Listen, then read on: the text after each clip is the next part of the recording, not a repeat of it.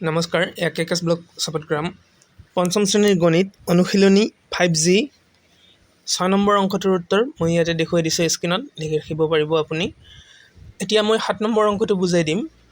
অংকটোত দিয়া হৈছে 15, 35 আৰু 60ৰে হৰণ কৰিব পৰা আটাইতকৈ সৰু সংখ্যা কিমান। এইটো আমি আগৰ নিয়ম মতে লঘিষ্ঠ সাধাৰণ গুণিতক বাহিৰ কৰি ল'ম আৰু লঘিষ্ঠ সাধাৰণ গুণিতক যিমান হয় সেই সংখ্যাটোৱে হ'ব আটাইতকৈ সৰু সংখ্যা। ইয়াতে মই অংকটো কৰি দিছোঁ, আপুনি স্কিপ কৰি লৈ লিখি ৰাখিব পাৰিব।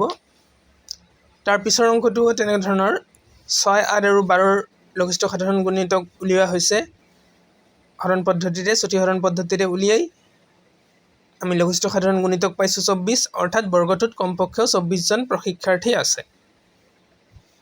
6, 8 আৰু 12ক যেতিয়া আমি 2ৰে হৰণ কৰিছোঁ 3, 4, 6 পাইছোঁ, তাক আকৌ 2ৰে কৰিছোঁ, তেনেকৈ কৰিব লাগে। আগতে এই বিষয়ে মই কৈছিলোঁ।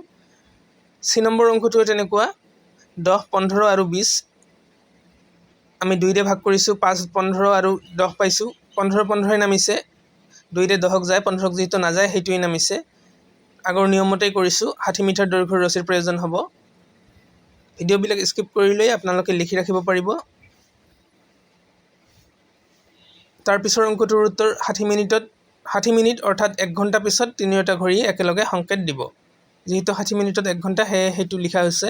লঘিষ্ঠ সাধাৰণ গুণিতক ওলাইছে 60 আৰু লঘিষ্ঠ সাধাৰণ গুণিতক কেনেকৈ উলিওৱা হয় আগৰ ভিডিঅ'তে আলোচনা কৰিছিলোঁ।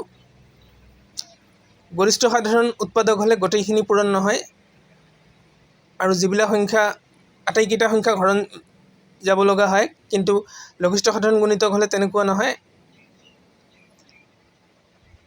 গোটেই যিখিনি থাকে আটাইখিনিয়ে পূৰণ কৰিব লগা হয়।